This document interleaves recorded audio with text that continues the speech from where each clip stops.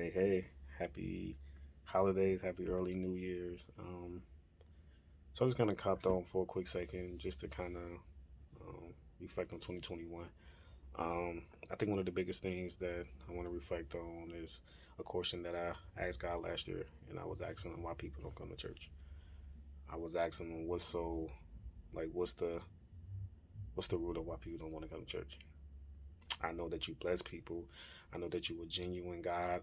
I know I seen you do it, and I see you do it constantly in people's lives. But for some reason, they don't want to come to church. And I want to address the narrative first because there's a lot of narratives and perspectives out there that people have to for church people, and some may be true, some may be false. I mean, we will never really know because there's so many out there. You look on Facebook, everything's kind of going on around there, but that's just the narrative that is put out there, and it's time to change that narrative. It's time to change that narrative. Only, like I said, only way that we can change that narrative is if the inside get it together. Now that the world is changing and the world is shifting, God is giving us a chance again. But one of the things that He told me, he said, us as saints, that we got to get it together. We got to move.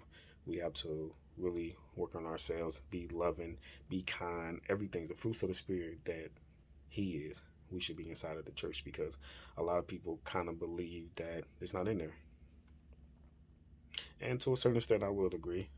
Not all churches, but some churches, they have their problems. They have their problems, and they're human, so they can work on them. So that's why I'm here to kind of address those things, so we can work on them as a whole. And I want to tell you why church is necessary.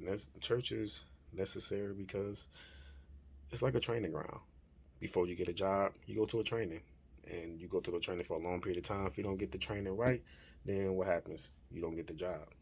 So that is what church is. That's what God tended to have church is. God said in Hebrews 10:25 that let's not let's not neglect ourselves when we meet. The world is changing so much that people don't even talk to people anymore. And then when another thing is when they go inside the church, no one really talks to them. No one really kind of present themselves to them or anything else. So when they come in, people are shy, people are scared. Some people don't want to go up there or address anything, but that's it comes with it. But when they come in, none of the saints address them. None of the saints really talk to them or anything that's up. So it's definitely time to change that this year because there's people coming in. There's a lot of people that's hurting. There's a lot of people that's broken. There's a lot of people that's in a position where they're ready to move on in life, but they just don't know the next step. And this is the next step. Which brings to my next scripture, Matthew 18-20. When two or three are gathered in His name, He'll be in the midst of it.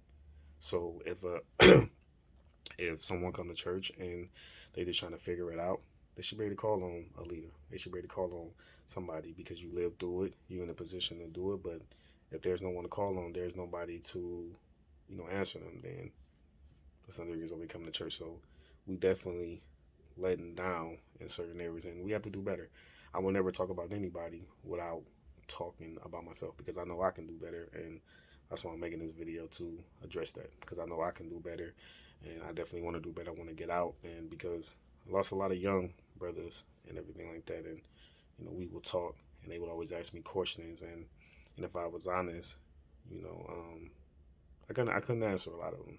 I couldn't answer a lot of them because I was focused on life so much that it just wasn't there. So, but definitely been working on it, and that's some of the things that just working on going out of 2022.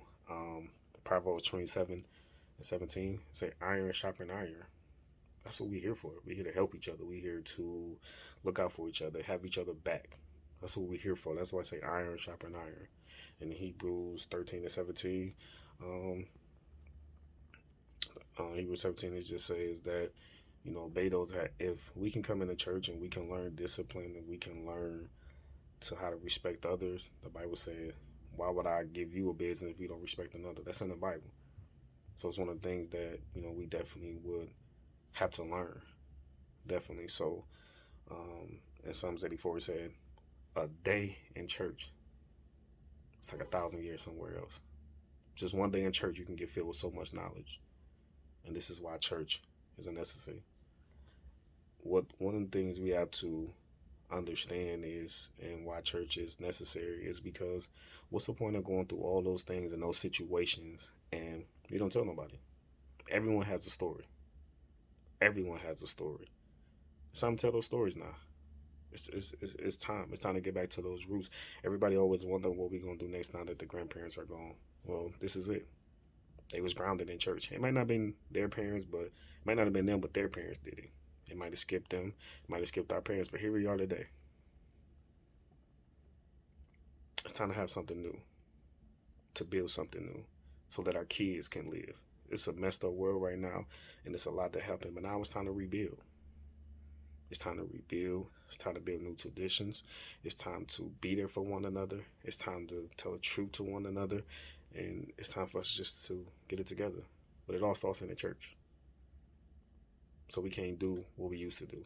That's not going to grab the attention of the people anymore. The foundation is still the same, but the way we do things, can't do anything like that anymore. Because nowadays, everyone is so fragile, and we need to be there. We need to be there for them. So when they come into church, they need to have somebody they can lean on, the crown, and not have to worry about someone else knowing their business. These are some of the things that we have to work on.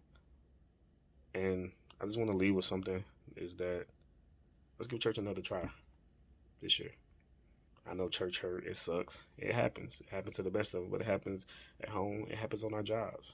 But it's life. But this year, in 2022, let's give church another try. God has put us in position in these 2 years alone that we ever got in our life. That's an impossible thing to do, because some of us was nowhere near where we at. But in this pandemic, in 2 years, God put us somewhere. Now it's time to return the favor. Now it's time to go in and tell your story, to be better. There's things in our childhood that's stopping us from going to certain places. There's incidents that happen in our lives that we can't even explain. But now it's time to work on those things, so our kids won't have to face it. In order to do that, you need to be in church, hearing a book. Without a preacher, how can you hear? In 2022, let's make going to church a goal again. Let's help our kids out. Something to look forward to in the next year. Hope I said something. I hope I'm not trying to destroy anybody, church, or anything like that, but we definitely have to do better in 2022. The world needs us, and we need the world. Everyone all has a unique skill, and it's time to come together. It's time to commune with those. It's time to talk to one another and bridge the gap between the world and the church. 2022 goals.